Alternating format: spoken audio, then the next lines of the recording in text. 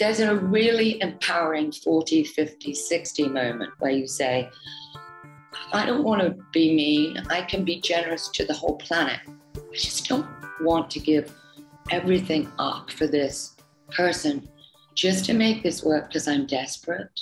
This is episode number 513 with Suzannah Galland, the thrill of dating in your 40s and beyond. Hi, everybody. I'm Sandy Weiner, and welcome back to Last First Date Radio, where we believe it is never too late to go on your last first date. And if you would like support on your journey to lasting love, I wrote a book for you. It's called Becoming a Woman of Value: How to Thrive in Life and Love. And it's available now on Amazon for Kindle or paperback. This is a book that will help you step more fully into your value and really discover all the parts of your core confidence, which is really so important in every aspect of your life. And this week's tip from the book on Becoming a Woman of Value is step number 14, declutter your life. I remember when Marie Kondo was really big, and I'm actually watching The Home Edit now on Netflix, and it's all about organization and taking away clutter and editing your life. And I believe that we don't just need to look at the physical clutter, but also the mental clutter and all the emotional clutter of our lives, because that definitely gets in the way of living our best life and having the love that we deserve. And so my challenge to you this week is, if there is emotional clutter that you're holding on to, if you're saying, I'm so super busy, or, oh God, I'm so stressed out, really look at the root cause of the stress, because you're actually in control of a lot more than you think you are, and just start to let go of that stuff. And before I bring Suzannah on, I want to invite you to our Facebook group. It's called Your Last First Date. And this is a fabulous group for women over 40 who are ready to learn the skills that are necessary to have their last first date. This is a highly curated group with moderation all day long from my 7 awesome moderators. And so if you're tired of the groups that just are just for venting and talking badly about men and how horrible dating is, which doesn't get you anywhere, join our group, Your Last First Date. And now for my guest. I'm really excited to have Suzannah Galland here. She is a British-born empath and an internationally acclaimed intuitive life advisor. She has written for Huffington Post, Harper's Bazaar, Goop, Thrive Global, and Medium. She's also been in Forbes, Vogue, New York Magazine, USA Today, and she's the co-author of Goop's The Sex Issue. And if that wasn't enough, she's also been featured on the Today Show and as a frequent guidance expert on America's Next Top Model. So many amazing things that you have done, Suzannah. Thank you. Thank you for having me on your show. Looking forward to this. I am so excited to have you. And this is obviously one of my favorite topics, because this is my specialty in helping women who are 40 and beyond. So the first question I have for you is, what do you feel is different about dating at this stage in life from 40, 50 and beyond? From 40, it's a fantastic time to get your act together. And now we have these wonderful shows like your podcast and so much information for self-help that we didn't have years ago. That there's a sense of redefining glamour. So instead of the plastic surgery all the time, we're having natural products. We have natural work products for hormones. We have so much help if we look for it. And also women, especially in today's day and age, are grouping together tribally, big time. And so we have this enormous support to help us through a transformational period. So dating in our 40s and 50s allows us to be more confident. We've been through the ringer. We know how we were raised. We've had certainly breakups, divorces, some of us, feelings of isolation, a lot of fear. And I think the wonderful gift that you have in your 40s and 50s is the ability to really feel confident in areas you never would in your 20s. A lot of us in our 20s are full of lust, full of excitement, and very forgiving, to the point where it's self-abusive. And so there's always that fine line, and you talked about clutter, where how much of the same stuff is still going on with you, and how much have you worked on. And so 40s is 100% your moment to start working on yourself. If you've still got the same issues that come up, meaning how you deal with it. You wrote a piece about ghosting on your side. And I'd written about that years ago, and it's still going on. How we deal with doubt, how we deal with uncertainty. And that is clutter. That is so consuming. That will feel like your home, your friend's home, everything, your mind, body, spirit. It's the ultimate worst attack. And especially at 40s and 50s, because instead of dating with maybe feeling okay with doubt towards who you're meeting, it's okay to doubt what they say. I need to take my time, check this out. It turns into self-doubt. The moment someone rejects you, there's your clutter. Yeah. It's so heavy. So to me, it's exciting because 40s and 50s is about transformation. And also it's a deepening of falling in love. Like you can't believe. It's beautiful. I have to agree with what you've shared here. I think that if we're learning as we go, and if we are really learning from the mistakes we made, or, you talk about forgiveness being almost to the point of abuse. I was just talking to a friend this morning. She just turned 66, and she was looking back at who she used to be. And she said, I've just trusted people too readily. And I'm so willing to overlook so much, which had gotten her into a terrible marriage and some unhealthy relationships, to the point where she stopped dating altogether. And what I work with clients on is learning who to trust and learning how to build trust slowly. We don't just jump in with both feet and immediately believe a person because they say they're a certain way, or paying attention to those red flags that we might have ignored as younger daters, which I definitely did. I was teaching my dating class last night, and I said, I used to stumble in the dark. Like I felt like I was like dating in the dark. So seriously, not like if I bumped into love, it was just luck, because I had no clue what I was really doing. And so this is an opportunity to really gain clarity, to gain more confidence, as you said. And not be afraid to opt out. I mean, the difference is in your 20s, there's an infinity. And you do believe, I can get that man, or I can get that woman, whatever your preference is. And there's a sort of naivete, which you're supposed to have, and precociousness. Or if you're raised by narcissists, you're the devoted caretaker, no matter what. You have no ability to handle narcissists whatsoever, which is one of your life lessons. I think the beauty with 40s and 50s is that a red flag is a risk, a serious risk, the same way you wouldn't put all your money on an investment on the market. So why put all your emotional investment, your heart, into one guy or woman?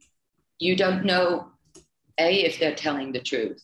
And no matter what information's online, you don't know if it's misinformation, if it's composed. And not to be afraid of, I'm going to doubt you until I know, and I'm going to take my time till I feel confident, till I check the boxes, those red flags that you talk about. And you can sense them. It's where intuition comes in. And that gut hit of something's off. And you remember them saying a different story.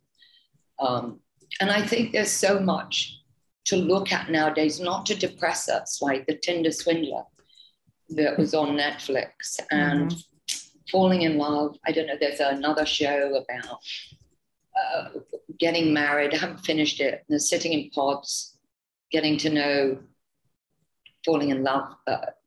They have to sort of get to know each other without seeing each other. Oh yeah, and love is love blind. is blind. Yes. That's it. And I'm thinking, that's all great for the shows, but it's really to inspire you, because you can opt out if it isn't right. You don't have time to spend 3 months making it work. You don't have time to solve their drama. And if you want to get married, or you really want a serious commitment, don't become a therapist. Don't become mama. The moment the drama comes up in the first few weeks, bye. Don't fall for that. That's not what dating's about. It's not about you being there to solve someone's issues right off the bat. So I think there's a really empowering 40, 50, 60 moment where you say, I don't want to be mean. I can be generous to the whole planet. I just don't want to give everything up for this person just to make this work because I'm desperate. There's your clutter. It's a perfect word. You can just spot check, clutter. Right. If I take on his issues or her issues, clutter. Who am I? Yeah, and it's not our responsibility. I'm actually doing a video on codependency tomorrow. So this has been on my mind, how we absorb other people's problems, how we make them our own, how we give up our own needs for others. And the beauty of doing this work is you recognize where you begin and somebody else ends, and where you need to draw that line. And when you have the ability to recognize what you need, what you want, what makes you feel that a partner is going to add value to your life because you're not dating out of desperation, that's when everything changes. And I think you talk about codependency. We often have a blind spot. We don't know we're codependent, and we don't know we're desperate. We really don't. And maybe our friends don't recognize it. But the moment that someone ghosts you and you're not hearing from them, or if you're dating someone, say, for 6 weeks and they haven't even hinted on having a sexual relationship with you, that's going to be a friendship. I mean, you can say no, but that's a friendship. Like, wait, you need to be aware of the terrain. And I think it's debunking the myth of falling in love first sight and it's wonderful and the music plays. Like the old films like Brigadoon, they're really oldies, which some of your 70s listeners will probably remember.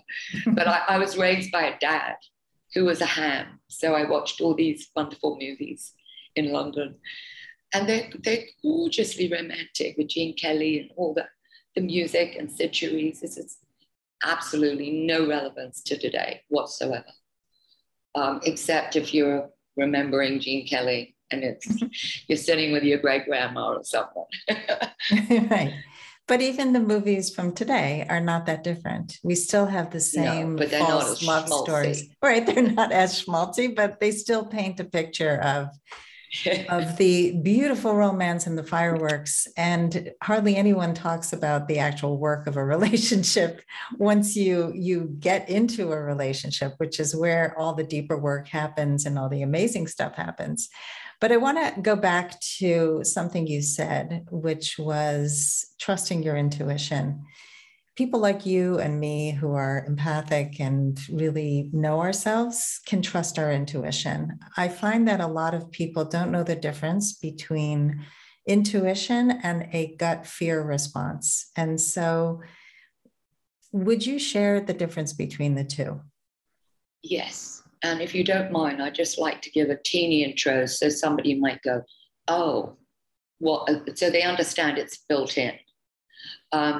So literally from the day we're born, when we come, however we come out of the woman, our mothers, or however they're doing it, our first breath is fear. So we come in with fear. whether you believe in incarnation or not, we deal with fear right from day one. And so that's kind of built into our hard drive. So we're fully equipped to walk down a street and go, something's weird. You look behind, you feel weird, you can't see anybody, gut hit. Listen to it 100%. You could be sitting with someone at a dinner, they're looking at you, everything looks great, something's off, you don't know what. Listen to it. And the thing about a gut hit is it's coming from the stomach, where all your neurons and membranes are. And our stomach is our second brain. So for example, if we're drinking a lot and eating a lot on a date, and I'll use it with dates if it's all right, you know, and we're full up, we can't think. I mean, think about it. When you're full up after dinner or you've eaten a lot, usually you go, oh, I'm exhausted, I can't think. And so that particular part of you is built in to recognize somebody's lying, something's off. And it'll give you a sense of 100% what's off. It's built in. Intuition is also built in. I wouldn't call it a software. It's part of the hard drive, if you want to call it. But because our first thing is fear, we're not really taught or invited to listen to intuition. So intuition will be, oh, maybe I should go live in Italy, just say. It doesn't mean you have to impulsively react to a hit, but an intuition is an idea, an insight. It's from the soul. It's kind of filtered through the soul, through all the other hard drive bits, to give us a hit in a language that we can understand. Somebody will call, we're in sync. That's what it means. You think of someone and they call. It's not the person necessarily. It might also be, hey, I'm in sync.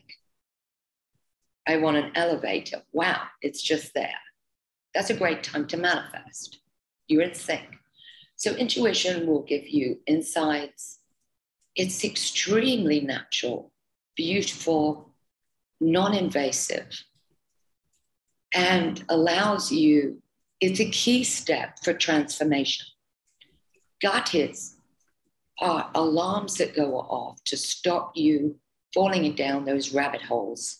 And that's the best way to explain it, so I don't take up your whole show. It gets so complicated. Yeah, so it's interesting. So that helps. So one comes more from fear and one comes more from inspiration. And our body's hormonal. Our body is intuitive. Yeah. And we have electric hearts. Our hearts are plugged into the cosmos. Mm-hmm. It's way above my pay grade, this stuff. It's so brilliant, the universe, the creator. Intuition comes from different parts of our body. We'll feel it, we'll sense it. It's a sensory check. It's beautiful. Right. So what I was also referring to is that a lot of times people will say, trust your gut when it comes to a dating issue, but it's actually a fear response and not a gut response. It's more based on a past experience or a trauma response where they had an experience, let's say they were cheated on in the past and they meet somebody and one little thing happens and they immediately go to, oh, I had a gut response that he's cheating on me, and he's not. But it's your fear response because you haven't really healed your trauma. That's what I was wanting to differentiate for people. Yeah, I agree with you. But we have come in with fear. So we have a lot of memories that trigger and cells, the cells in our body that carry these memories. In order to transform, we don't want to keep repeating the same stuff. If you have a gut feeling about someone, take that moment, take a breath, don't react. You don't know what it is. Don't make a movie about it. You don't know if they're unfaithful or not. That's imagination. but there's something going off. And the best thing you can do is be open to an intuitive sense. Give yourself time to see what it is. Because the gut hit and the intuitive hits don't talk. They don't care what you look like, and they don't talk in the way that you and I are communicating. So if we're not reactive, it's a sign, it's a little moment to have something that we need to look at. Take a break. You don't know what it is yet. It's okay. It'll unfold. Mm-hmm. That's how I tend to work with clients. So I'm not reactive the way you would be. We can't react when they give information. So you have to sort of take your time and sense, where's their trauma? Where's their fear?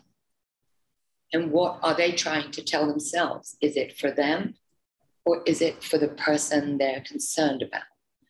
And it always comes down to, it's about you. It's never about someone else. Spoiler alert, it's always about you. Yeah, I know. It sucks. I know. Yeah, if you can't get it at 40, you'll think about it at 50. If you can't get it at 50, you'll definitely know about it at 60. And at 70, you're willing. And at 80, you can't remember. And that's how it goes. Right. You don't care. And it's a great way. Right. Let's take a quick break to hear from our sponsors. This episode is brought to you by Amazon Music Unlimited. You can listen to over 70 million songs and thousands of playlists and stations. Plus, you can now stream your favorite podcasts, like Last First Date Radio. You can listen to any song, anytime, anywhere, on any of your devices, your smartphone, your tablet, your PC or Mac, Fire TV, and any Alexa-enabled devices like the Amazon Echo. Get Amazon Music Unlimited for free for 30 days. Just head on over to getamazonmusic.com/lastfirstdate to learn more and claim this offer. Let's talk a little bit more about confidence, because you spoke a lot about it in the beginning. And a lot of people dating, especially in midlife, are really lacking in confidence. I would say that this is something people come to me about. I'm sure they come to you about it. And some of them feel really hopeless. Like, I'm so broken from all of the relationships I had that didn't work out. How can I possibly date with more confidence? So what are your tips for those people? Well, I think some of their, first I would say, look, let's get sharp. And I will address the lack of confidence. But right now, today, listening to your show, right in this moment, we're talking about beautiful things to empower. We're talking about places to go inside yourself, decluttering, and not being afraid to opt out. Part of confidence is being okay with uncertainty and doubt. And that is brutal. Part of confidence is when somebody ghosts you, it's not, the first place you might go is reactive. It's about you, what's wrong with you. And you get into those desperate places. It's gripping that moment. If it's not the first, second, third, or 50th moment, keep going till you get it. If someone is ghosting you, watch your step. Do not take, it's because you're taking on their negativity.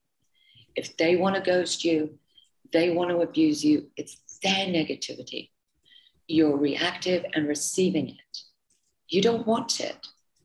Opt out with grace. You have got to catch that moment and have the courage to walk away where you can. We're talking dating. And that's the hardest thing. But women, as they get older, they do. They don't want to keep going through these roller coasters. The trick is, it's not the confidence, it's taking in the bitterness. If you're taking someone's negativity too much, or if you're blaming yourself for how someone's treating you, sometimes it's not all about you. There's a better reason why they're doing that. There's someone better coming along. There's a better job or a better date or a better marriage coming in or a better relationship with kids. We forget that and we suck up the negativity, clutter, and we go down that rabbit hole and we go back to that isolating place. And that is not light. That is not whatever you want to call it, from the God force. That is all about fear. That's what we come in with, and off we go. And the recovery of that, the longer you stay in it, the worse it gets. And you'll never, intuition cannot work from that place. No relationship can heal from that place.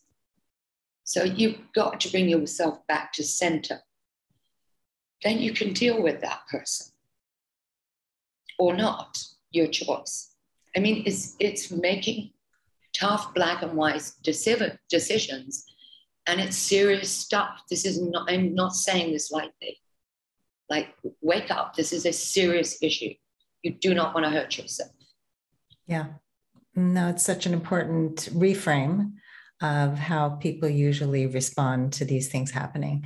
And I think it's either self-blame or really putting all the blame on men, on people you date. And either one is not healthy, and it's also not true. And so, you know, and I agree. And I think avoid your friends, because they'll allow you to put the hate onto, I mean, they're doing their job. They're friends. What do you want? Lori Gottlieb, who's a therapist, she calls it idiot compassion. When you go to your friends and they're like, it's all about idiot something. She's so true. Brilliant. That's so funny and so apt. Yeah. But go find you or me or somebody. Don't work it out with your idiot. Don't work it out in an idiotic way. Right. They mean well. They want to support you, but they do it in a way that just puts everybody else down. And that's not helpful, which is why people should go to experts to work this stuff out. Yeah, it's just, you know, when you realize also the life lessons that you're going to keep learning over and over. For me, it was boundaries. I realized that my boundaries needed to strengthen, both in my marriage that ended and with some of my children. And it was a lesson that just kept coming. And I'm like, why is this so hard? I mean, I had boundary issues with my parents. And my boundaries started to get stronger when I dealt with my father after the divorce and how he was telling me things he shouldn't have told me. That was the first time I hung up the phone and said, do not speak to me this way. And each time you get stronger when you start to set those boundaries and when you start to work on those core issues that you've realized are playing themselves out everywhere in your life. It's probably happening at work too. It's probably happening everywhere. For me, I was attracting clients who didn't respect boundaries. I didn't respect boundaries. And I had to learn to not only respect my own boundaries and find what they were, but also to teach this to other people, because in the teaching, I also continue to learn. And so really to look at all of these things that happen to us as, what am I meant to be learning from this? And then apply it instead of feeling so disempowered and shut down and bitter. You know, we're both empathic. So empaths have no boundaries. It's like, oh, you're pregnant. Oh, you know, I mean, it's, you take in too much. In other words, you drink too much emotional stuff. You're like drinking away someone else's emotion, and it absorbs you and you get distracted. I've worked on boundaries. I'm still working on boundaries, which means I'm here for a while more. But I find boundaries so difficult because just when I'm getting it, in today's climate, people are rude, so rude. So to me, it's also looking at, where do I release control? I don't have to sort everything out. And maybe I don't know about you, but I noticed with my clients and myself that a lot of the time we've forgotten what it is to receive. So if we don't have boundaries, we're just giving it and giving it and giving it. And so when you first say to somebody no, it's very scary. It's very painful. You're dealing with your own pain. But the third or fourth time, it's amazing. You have all this space and you don't know what to do with it. Oh, I know. Again, declutter. No, I mean, and it's like, and that's where you start really growing and attracting wonderful opportunities. Absolutely. I mean, it takes courage. So that's why if you can't do it on your own, find someone that will walk you through it, help you through it. Yeah. So you do, baby step through it. Yeah. And that way kind. Someone else will say, like you will notice with your clients, well done. That was a boundary. And they'll go, oh, really? Yeah. It's a blind spot, but you just put a boundary there. But that's what it looks like. It's true. It's so true. I mean, I had a client who said yes to an outing that she didn't want to go to.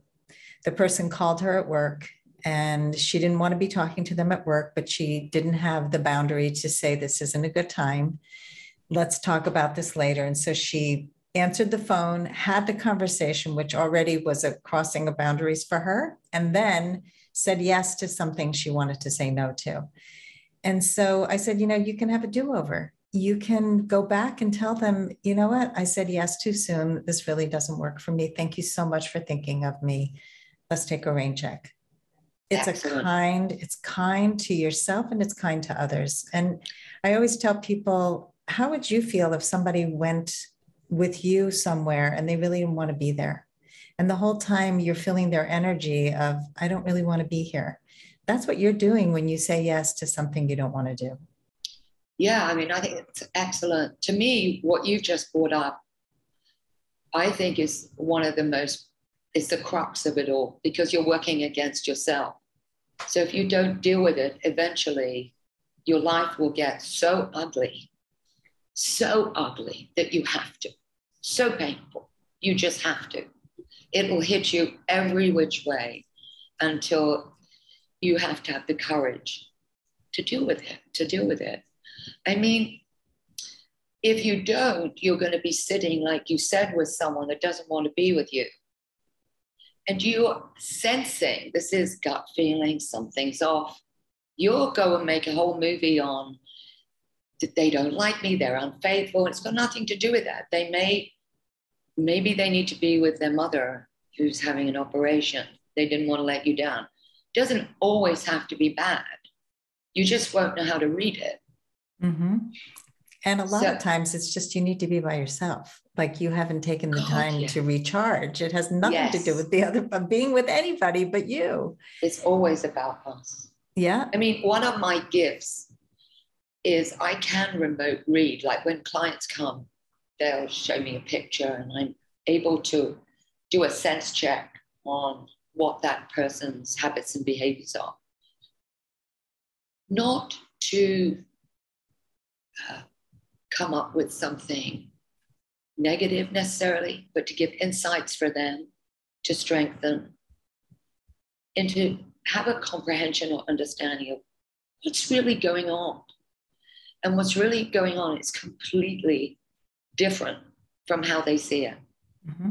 Because when you're that sure, you don't need to call someone, That's right. Yeah. There's always other perspectives also that people don't consider. They just see things through their lens one way only. And that's often how we get into fights, how we get stuck in perspectives. And so I wanted to talk about something you said earlier about living with uncertainty, being comfortable with uncertainty and how hard it is. This is a really important topic. I'd love to go a little deeper into that because I find that letting go in general is hard for people. Wanting to control everything is really where most people want to be. And so I wonder if you have any ways for people to get started at being better at sitting with that level of uncertainty. Yeah, I mean, the first thing they can do is just look at the world. Everything's uncertain. So it's not like you're asking yourself to go to a place that the world isn't dealing with anyway. And I think that uncertainty, think of it more like a preventative that allows you to spot check the boxes, sense the stories, see how often a person connects, see what you're saying to yourself. Uncertainty, if you can embrace it, especially in areas you want, stop the movie making, stop the reaction, allow you to sit. And it's not like, it's almost like, to me, it comes from, if we don't embrace doubt and uncertainty as we're starting something new, or if like on a date, or if we're embracing something that maybe a new job or something about ourselves, like something's wrong, it's okay. I'm doubting myself. I don't know where. It's very personal too.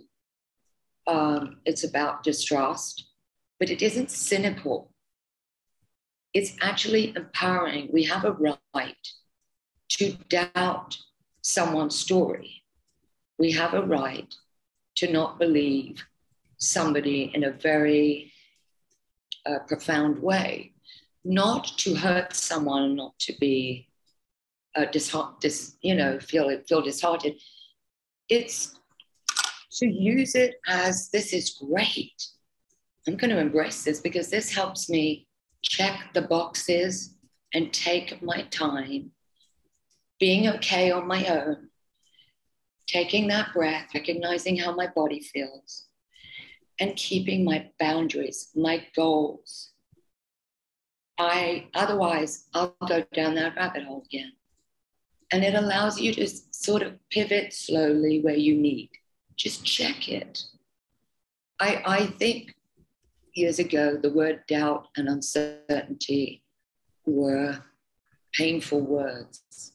They were negative and they weren't romantic.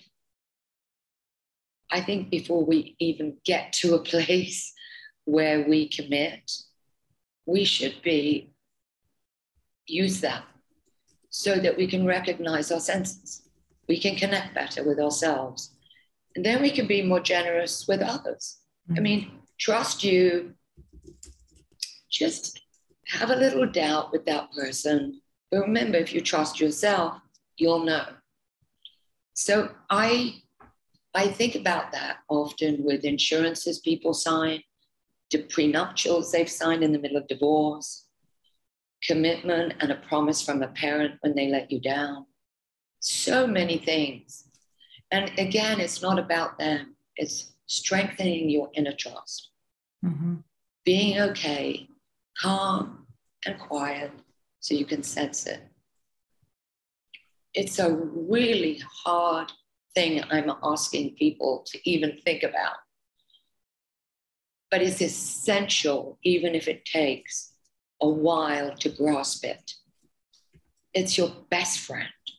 It works with intuition. It works with your gut hit. Works with your health.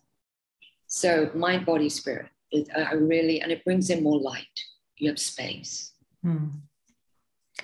Yeah, what's coming up for me is, first of all, there's a lot of self-compassion in what you shared, and learning to get curious for yourself about others instead of going in with a set idea about anything, because we don't know what we don't know.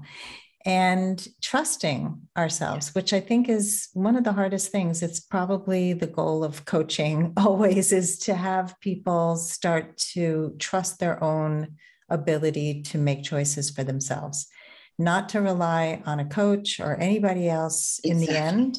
But you do have the wisdom within you, and we often get clouded and confused because of society and the way we're brought up and all that we read in these ridiculous movies and shows. And so how do we decide? And, I notice in my Facebook group where people will already know what the truth is for them, but they need to hear from other people. Like, I've already made my approval. mind up. Right? Yeah, the approval. Yeah. And I think that you just brought up something that is sometimes a poison arrow. Yeah. I mean, but when you're with a good team of women who are supportive, that's different.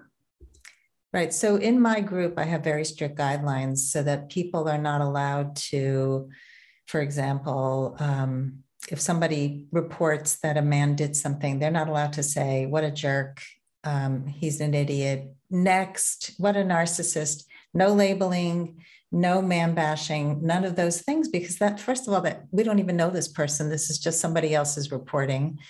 And we also don't give advice, we support. And so we can't tell somebody, this is what you should do, because we don't know the whole story and we're not them. And so we have removed comments that are just, you should do this, you should relax, you should just do. Somebody with an anxious attachment style who is extremely anxious in dating is not going to just relax. That is not good advice for that person. And so it's so important to learn, first of all, how to support yourself and also how to support others. I mean, a lot of what we're talking about today is it's not our job to take on the problems of other people, but we can be there to support them. We can be there to support a partner without feeling like we have to fix them or be their therapist. It's true. And I think most people I talk to, when they become negative, it's because they're hurt. They really want to cry. And so it's easier to call someone a jerk, to see them dark. And that's because you're creating negativity, you're reactive, whatever. You're making a movie, a story up in your head, where most of those people would never fall for that in a rational way, normally. And I think you're completely right on that. But the moment that you start doing that, you're going negative, you're dark. Just think of it that way. Think of it as a blackout, all the lights are out, electricity's blown. And so I'm really happy that you don't allow that, because it creates a frenzy. And that's a whole different ballgame. That's cynical. That's negative. Yeah. It's just so easy to soak that up, isn't it? It sure is. And what people realize as they start practicing responding differently and hearing differently and supporting differently is that it's actually a safe space. It's a space where people can grow and not just stay festering in old ideas and getting support for their old ways of thinking, which is really not helpful. No, I mean, and also if you're okay, if you catch it, and even if you can't immediately, it's great. That person's out of your life. Better things are coming in. And the more you stay in that place, the longer it takes. And that's why you often hear people say, well, I'll never bring in love. Cancel. Because that's where they want to stay. Yeah. But they're not conscious that they're doing that. Right. It's big walls. So I like that you have a group. This is what I was saying about women glamorous. Redefining glamour, redefining dysmorphia. This is beautiful for women in their 40s and 50s. They are so generous. They'll give you the compliments. They'll help you look beautiful. They're there. They've got that older sister, mama comfortability. Because if they can't grasp it, they're going to be in serious trouble as they hit their 50s and 60s or aging. I love this conversation. I always ask everyone, what are your final words of advice for anyone who wants to go on their last first date? I would right now, obviously, listen to more of your show, because you're going to be hitting on topics of different techniques so they can test it, what works for them, what doesn't. But they need to take right now a moment or a pause or a breath before they go out and reassess, work a little on themselves, redo their profile a little bit, get a grip on it's okay to doubt. I'm not going to go in with this ideology of he's the one. I know I'm going to meet him. If it isn't you, I know he's coming in or she's coming in. You have got to own the possibility and make it so certain in your body that it's coming in, but it doesn't have to be the person in front of you. You've got to be able to have a sense of being okay with things manifesting in their own time and space. And that gives you knowledge and an understanding that people can hurt you along the way. It's okay. They're not right for you. Don't get involved in their movies, their drama, their negativity. And use this time, empower yourself, and empower yourself with women that love, that are happy to date, men who could be good friends, happy to date, people who have more of an upside, and who are, and maybe discover a little more of being okay with self-doubt. In other words, spot check how often you have self-doubt after the third or fourth date, instead of doubting who's in front of you until you feel secure.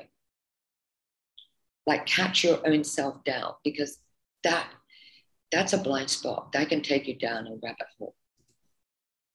And this is where we can pivot and become what we think somebody wants. So there's a lot, but please know, just because you're going online maybe doesn't mean you'll meet them online. You meet them in a supermarket. The system works the way it works. You have, as much as you can have self-doubt and uncertainty dating, be certain that you will have that moment to fall in love. Just be certain about it. And don't worry about the timing. It will happen when it happens. I love that. Be certain. So many people give up, and it's so important to believe, because definitely what we focus on is what grows in our lives. Yeah. Suzannah, this is fantastic. I really enjoyed our conversation. Can you tell our audience how they can best find you? Yes, thank you very much. I have a website at SuzannahGalland.com, SuzannahGalland.com. I'm at Suzannah Galland on Instagram and Facebook. Please, and go to my website, contact me. Would love to hear from you. Awesome. Absolutely. And thank you. Thank you. Thank you. And thanks everybody for listening today. If you love our show, please share it with your friends, rate and review us on Apple Podcasts. We really appreciate all the ratings and reviews. And as always, here's to your last first date. If you are ready to get unstuck, gain new tools, become more empowered, and finally find your last first date, I'd love to talk to you. Fill out an application to be considered for a complimentary half-hour love breakthrough session at lastfirstdate.com/application. That's lastfirstdate.com/application. I look forward to talking to you soon.